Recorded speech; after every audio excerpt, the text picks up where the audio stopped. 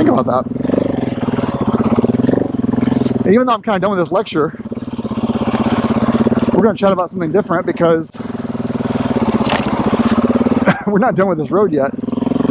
And our batteries aren't dead.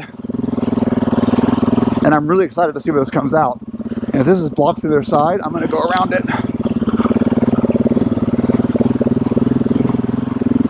Woo! Man, this is fun. Got all that rut successfully. Couldn't do that in the GS. This is not an enduro bike, but at my weight and my height, and having manhandled a GS for a month in all kinds of terrains, this feels like a walk in the park. Yeah, we're still on this Class 6 road, but they're just making it clear, hey, this is a private rent road. Interesting, it's actually been pretty well driven on. Huh. But it looks like it's a state sign. So I think this is still state protected forest, and the only reason this isn't closed is because it is a Class 6 road, which is no longer maintained, but they also can't legally prohibit travel as per the statutes. It has to be changed into private ownership and private maintenance, and it's quite a process. And most people fail to be able to do that, landowners that try to convert it. Look at the maple sap company in Lebanon, New Hampshire, for example of that.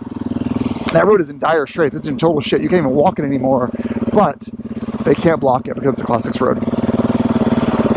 They should come back onto Dorchester Road, which would be pretty cool, or Market Street. I'm not quite sure yet. We'll see. It's going to get worse before it gets better.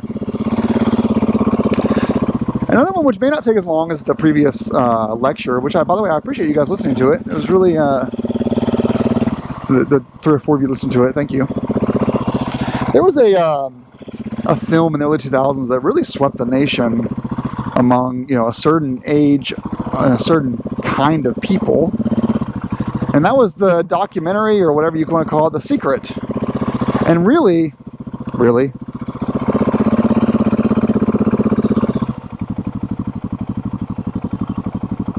prosecuted. I'm getting a picture of this. Let's actually turn this off, and I'm walking down here for a second. I'm going to stop recording for a second and walk down here and see if it's a house. This is the one the other person blocked off. And we are on... What's the name of this road? It's in the system. East Street. And that's the intersection we just had, which was that hiking trail that goes back to Alden Road. This is supposed to meet back up with Alden Road. And we're about halfway through it. And East Street is closed to... Interesting. So...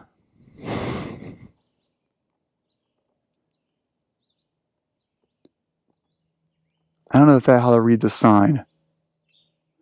No motorcycles or ATVs in this area. But remember what I told you earlier, they can't prohibit motorized traffic. So they're saying cars are fine, but motorcycles are not. And so we're going to stop recording, we're going to get off the bike, we're going to walk down here, and if I come across a house, I'm going to ask them on what grounds. And now I'm not a resident in the area anymore, so I'm just an out-of-state asshole. But I have a license that says I can be on these roads. So I'll be right back with you guys in a minute.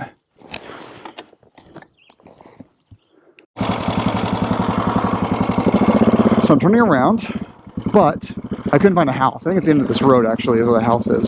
They blocked it with a piece of log earlier and a gate.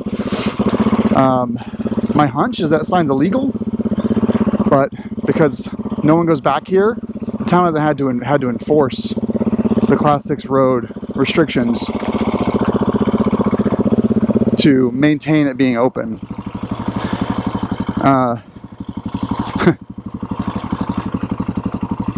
The steps between me driving down a road and being prosecuted for trespassing, those are just signs that you can get at Walmart or Staples for $3 and put it onto a sawhorse.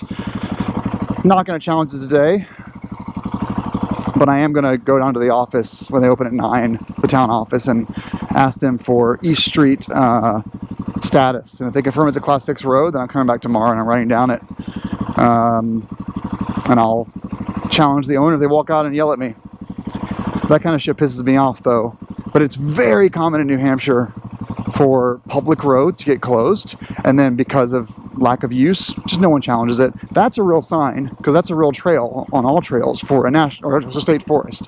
The other sign is that the owner put it up and just said, well, I don't like hearing motorcycles. Cars are fine, but I don't want to hear motorcycles or ATVs, so let me just put the sign up, and that way I don't have to hear about it anymore. So this documentary was really popular. It's still on YouTube. You can go watch it. But it, other than a little bit of like the little mumbo jumbo pseudoscience stuff and a little bit of like cultishness of it, the video itself actually touched on a subject that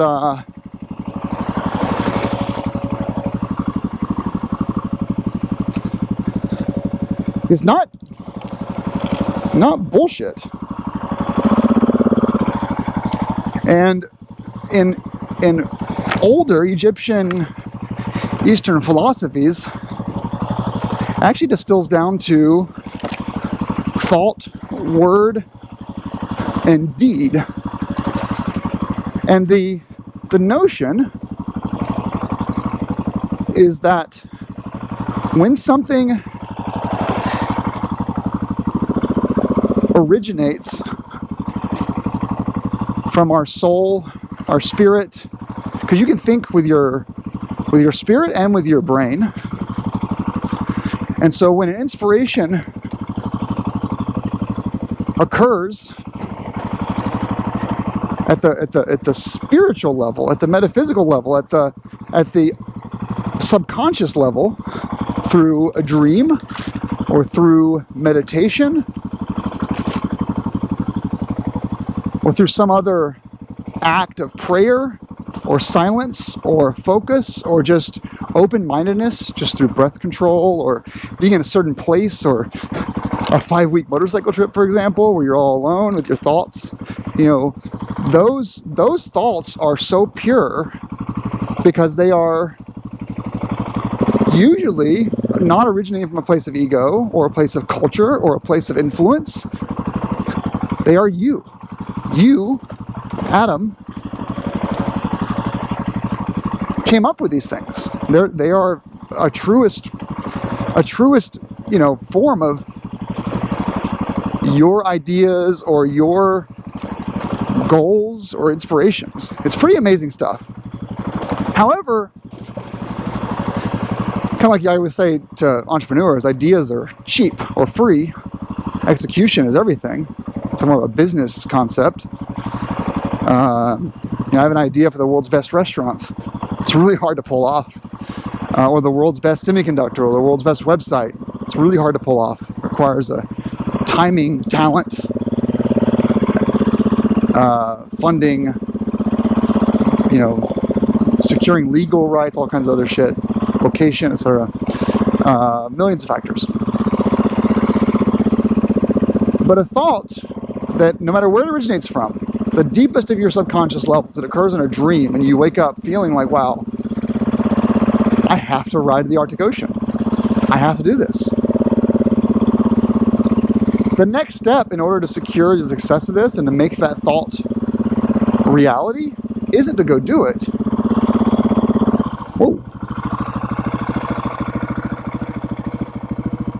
Did I lose my... Oh. I look back. Oh. Whoa! We broke the Insta360 on our first day out. Look at this. First day out, we broke it.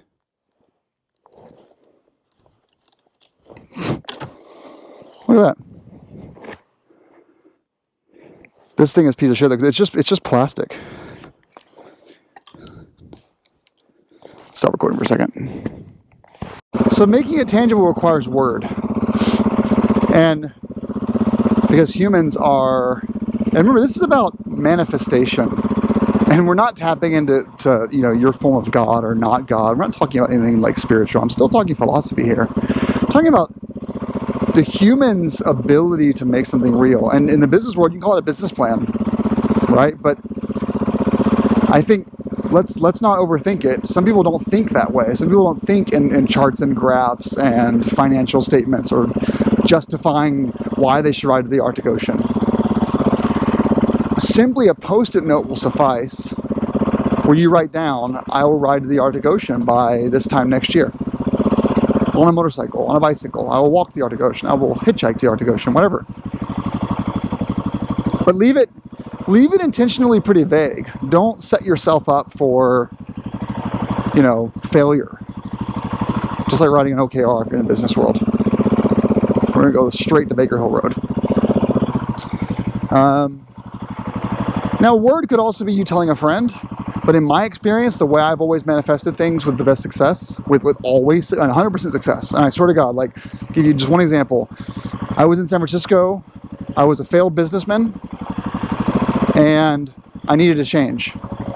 I woke up and said to myself, I need to get out of San Francisco and move to the countryside, to a rural area, and start over. But still work in technology. But I want to start a farm.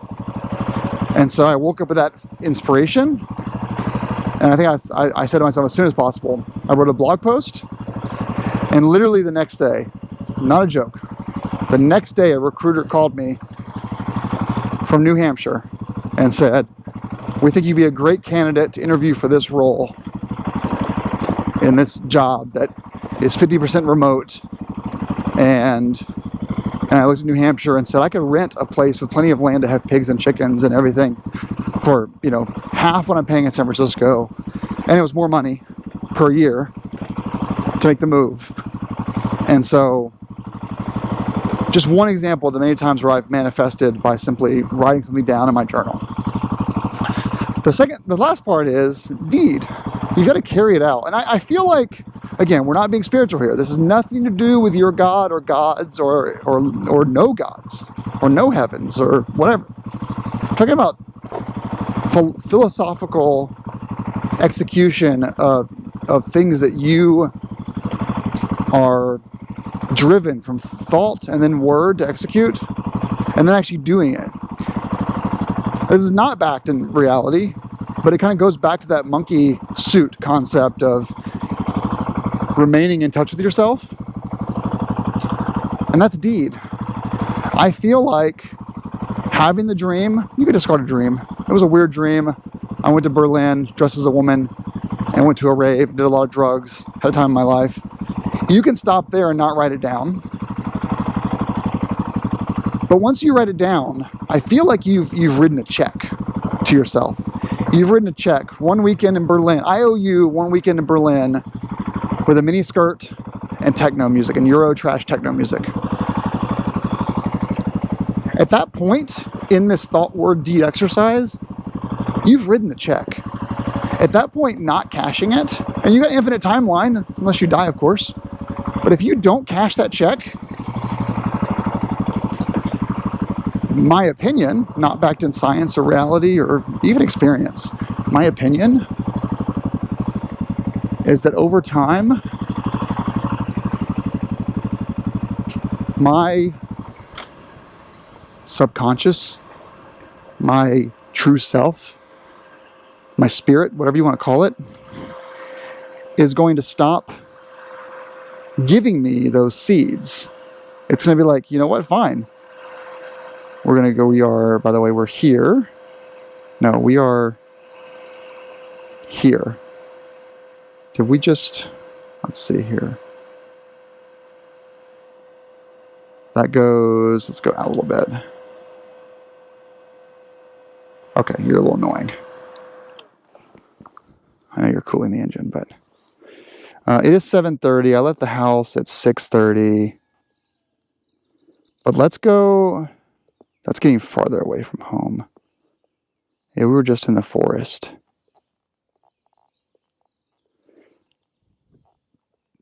let's go take a right. Go down Goose Pond. Oh, that doesn't connect though. Shit. That doesn't either. Alden Lane actually might. Let's try Alden Lane, and then we'll be done. So we're going to go straight here, take a left, and then another left.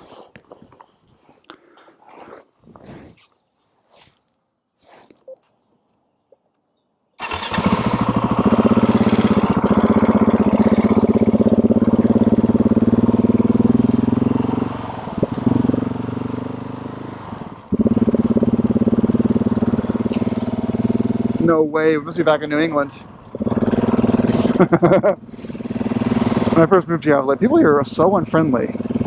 Oh, you're from here. Okay, now I'm nice to you. You're not from here? And that's from Boston all the way up. My first trip to Boston in 2004 was like that. I was like, why are people so mean? Oh, you're not from Boston. That's why you're not welcome here. So, you know, writing that check to yourself and then not cashing it is telling, my opinion, is telling your soul, okay, we're ignoring this stuff.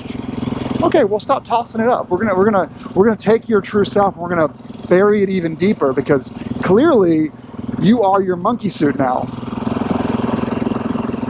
And so in my life, when I have a subconscious inspiration, you guys have seen this in actuality, actually. I've made videos about things that I want to do, and me making a video about it, me blogging about it, me having a conversation with my wife about it, me writing a diary about it. These are all ways that I a little faster on this road. These are ways that I make it into that final step before I actually execute and make it real. Man, this bike is so much fun.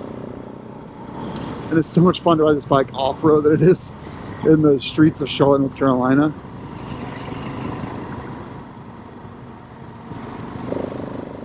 It's just so easy to ride. And I think maybe it's just because I have a GS for so long. So you watch the documentary, the pseudoscience movie, The Secret. There's a lot of bullshit in there. Just distill it down to those three things: thought, word, and deed. That's all you need to remember.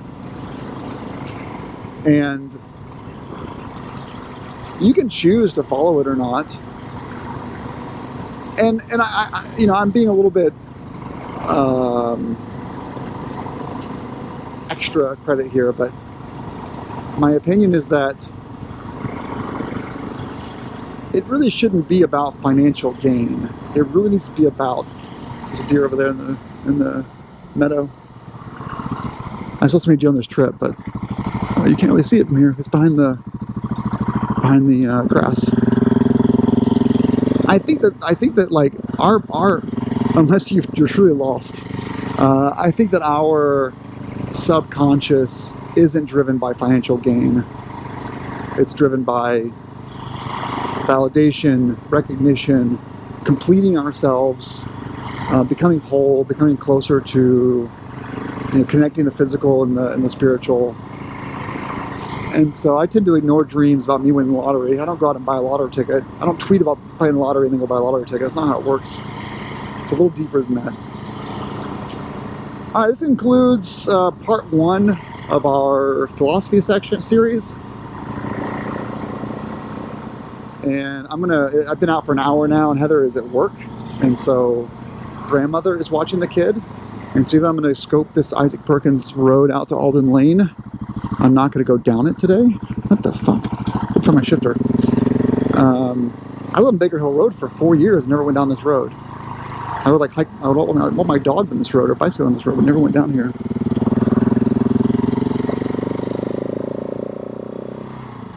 I'm going to do more of these as time allows. We'll do some out of Enfield, we'll do some out of Lyme, we'll do some out of Lebanon, just exploring Class 6 roads. And I'll try to talk to you about things that I was taught as a kid. This is kind of the epilogue, by the way, of part 1. I've had a lot of people in my life tell me, wow, you've succeeded in ways that, you know, like against all odds. You were raised on a farm, you're dad is a martial arts instructor of like a 50-person dojo. Your mom is a postal employee that delivers mail. Your grandparents run a dairy farm. You know, you succeeded in so many ways of like your 2.4 GPA in high school and your lack of college experience that you succeeded. How do you do it? You must be so smart. It's down here. Oh, there it is. Okay, we'll come back tomorrow. We'll come back tomorrow. And, you know, the secrets to my success, I think distilled a lot into what these videos are going to be talking about. This is not a self-help book. This worked for me, it may not work for you. I'm not an expert. But I do have things that my stepfather, excuse me, but I call him Dad, taught me as a young boy from his trips to Japan and his trips researching philosophy and meaning and, you know, Egyptian and Chinese teachings. And he passed it on to me and a bunch of other students that all paid him $30 a month, or sometimes never at all paid him. And I heard these proverbs and lessons hundreds of times, the same stories, because I was in his class from age 1.5 to age 21 before I moved to California. And I've just applied those in my life. And I feel like I've done really well. And so I thought, instead of just having you guys, I lived there for a while, instead of just having you guys watch me play around in the woods and talk about motorcycles, it might be fun to have a philosophy talk. I want to do 12 of these. I'll be lucky to probably get 7 or 8. And yeah, we're back on pavement. So thank you all so much for watching. Have a great day. Happy Monday. Ride safe.